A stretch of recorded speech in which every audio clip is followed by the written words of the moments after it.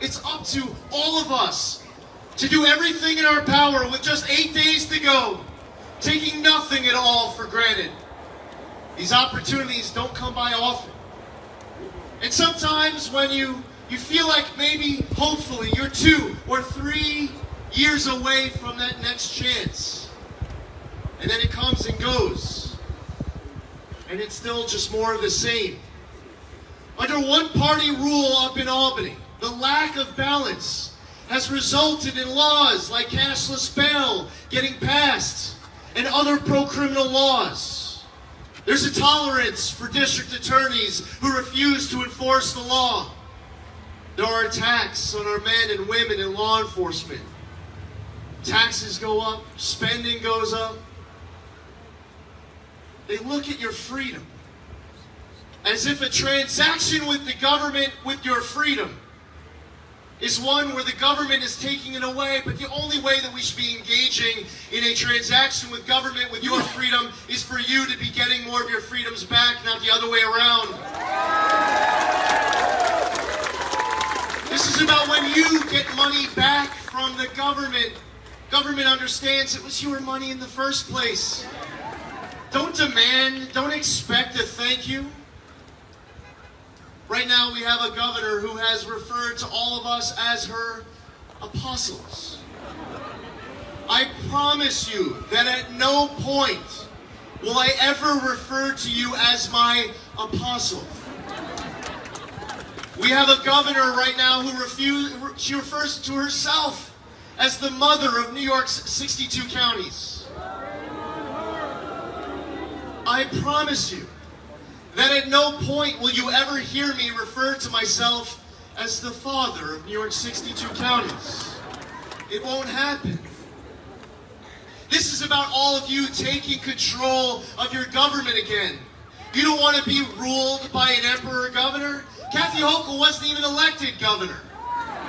She was elected lieutenant governor, and she's filling the remainder of someone else's term. It's important to stay humble and grounded.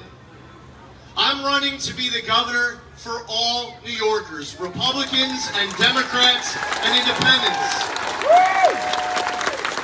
And this isn't about Republicans versus Democrats. This is about all of us together. Republicans, Democrats, and independents uniting as New Yorkers to save our state. But Kathy Hochul doesn't feel that way. In August, she declared that I was no longer a New Yorker. She demanded that I get on a bus and move to Florida. Now, the next day, I kind of took her advice a little bit. I got in my car and I went to Florida, New York. I was endorsed by the mayor of Florida, New York. We campaigned together. But I'm not going anywhere, and you're not going anywhere. We are staying and fighting for our state. And listen, I'm not here to say that Kathy Hochul's not a New Yorker. And I'm not here to demand that she get on a bus and leave the state. I'm just saying that she needs to get out of the governor's mansion. And you all have that power to reverse those attacks. See, New York leads the entire country in out-migration. And we want to be able to proudly say that we live in the greatest state, in the greatest country, in the history of the world, and for us to be able to do that, we have to have a good response with our family and friends in other states. See, right now, they say, well, you claim that you live in the greatest state, but your state leads the entire country in population loss. That's true. We have to reverse that. So I did an interview on Sunday Morning Futures with Maria Bartiromo a couple Sundays ago. And she asked me what I was going to try to accomplish in the first 100 days. And my thought as soon as I heard that question is, honestly, this is about what we can accomplish in the first 100 minutes. We can't waste any time. And I made a pledge. I've told people that, listen, in New York State, we do not have recall elections. And we have a problem when district attorneys release violent criminals to roam free. We have a problem with soaring crime. We want DAs to understand that that stands for district attorney, not defense attorney. So the first thing that I am going to do, the first day that I'm in office, is turning to the Manhattan District Attorney Alvin Bragg to tell him that he's being fired.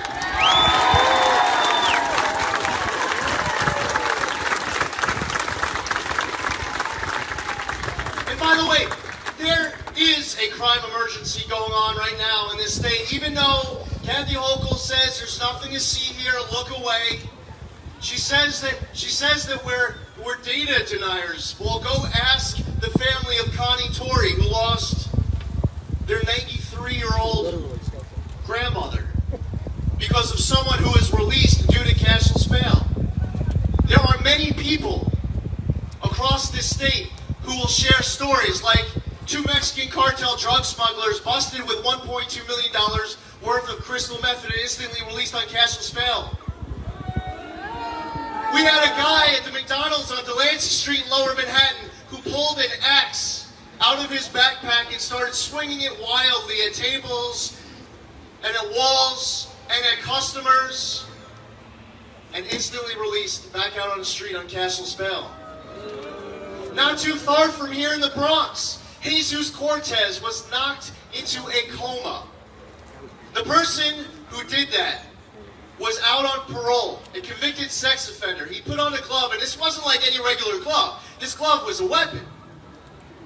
And the NYPD looked at the video and they charged attempted murder. But then the Bronx district attorney reduced it to misdemeanor assault and harassment, and then, while Jesus Cortez was laying in a bed in a coma, the person who punched him deliberately, with clear intent, was able to walk free under New York's cashless bail law. A woman in a Howard Beach subway station ends up getting attacked by a guy who had once killed his own grandparent. Violates his parole this past August. But what was reported was that the reason why that person wasn't violated, detained by his parole officer, was because of the Less is More Act. We hear stories about, because of Raise the Age, that you have teenagers being used to commit crime after crime after crime after crime. We hear in our prisons that because of the HALT Act, which went into effect on April 1st, that attacks on our correctional officers and our other prison staff and even inmates have gone up. Well, we should have zero tolerance for this crime. Kathy Hochul says that she doesn't understand why it is so important to me that we lock up criminals. And when she says that she doesn't understand why this is so important to me, she is saying that she does not understand why this is so important to all of you. On day one, I will declare a crime emergency here in the state of New York. And I will suspend New York's cashless bail law and these other pro-criminal laws to force the state legislature to come to the table to fix this.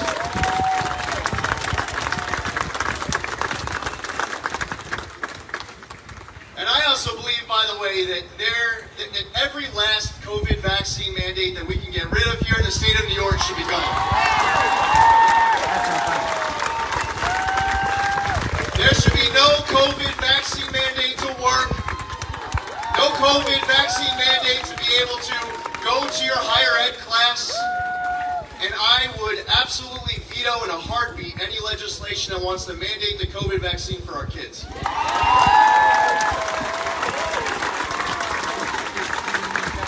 I'll tell you what else we'll do on day one. A parent has a fundamental right to control the upbringing of their child, and they do not relinquish that right to the government by sending their kids off to school. That will be the policy of New York State. We have a lot to accomplish.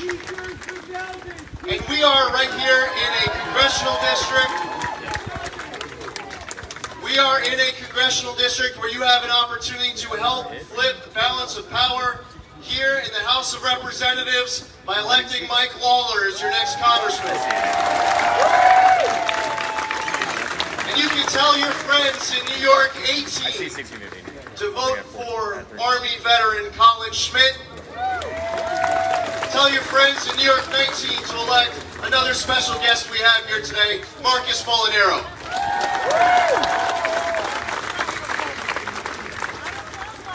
And now, all these great candidates running for state legislative seats in Congress all over the map. We have an opportunity to restore balance. Now I have a question for this crowd. And listen, pay close attention, because I don't want to accidentally trick you. How does this crowd think about changing Senate Majority Leader Chuck Schumer?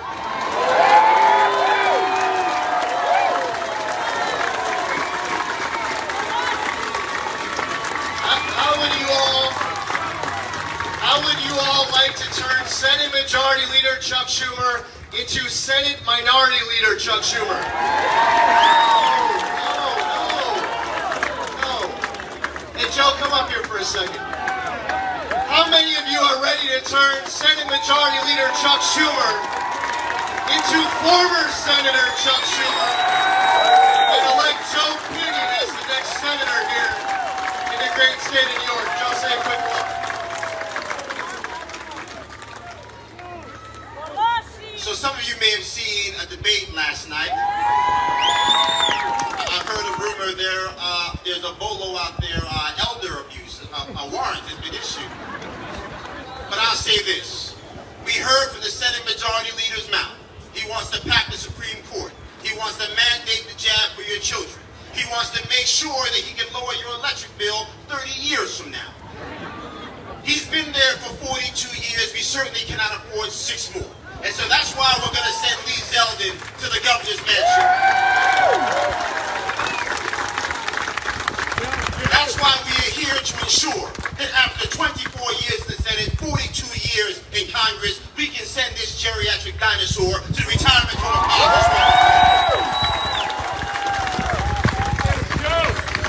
So as I say always, we've got what I've now called a 3-for-1 sale. We get to fire Kathy Hochul, we get to dismiss Tish, and we get to retire Charles Ellis Schumer, but it's a one-day sale. So you guys got to be there and be there quick. God bless you all. Make sure you spread the word. Charles Schumer has seen his last days in D.C., and Zeldin is going to shock the world on November 8th. Joe Biden, everybody. All right. So this is our opportunity here in 8 days, doing our little part in this corner of America to make sure that when we are all tuning into C-SPAN at the beginning of January, that we will get to watch the gavel permanently coming out of the hands of former Speaker Nancy Pelosi. We want to restore balance to Washington, and we have a great opportunity to restore balance here in New York. And there was a big race that took place last year. All eyes were on Virginia. They said that the race could not be won. And a man of principle stepped up. He was fighting for parents. He was fighting for taxpayers. He was fighting for freedom. His state was at a crossroads.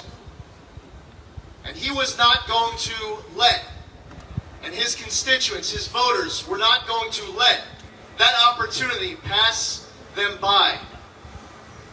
He did what many said was impossible. We are going to do what many said was impossible.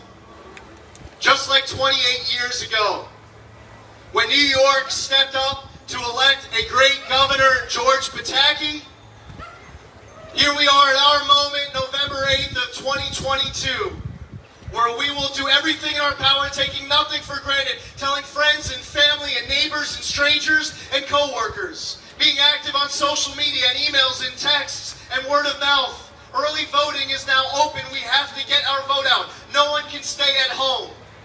And on election night, Tuesday, November 8th, you all will be able to listen to, you all will be able to watch a concession speech of soon-to-be former Governor Kathy Hochul. And a man who has inspired so many parents here in Westchester County. A man who has inspired so many people fighting for freedom and good government, sane government. He's been a great leader who's kept to his word. And we're honored to have him today as a very special guest. Ladies and gentlemen, give a big New York welcome to the governor of Virginia, Glenn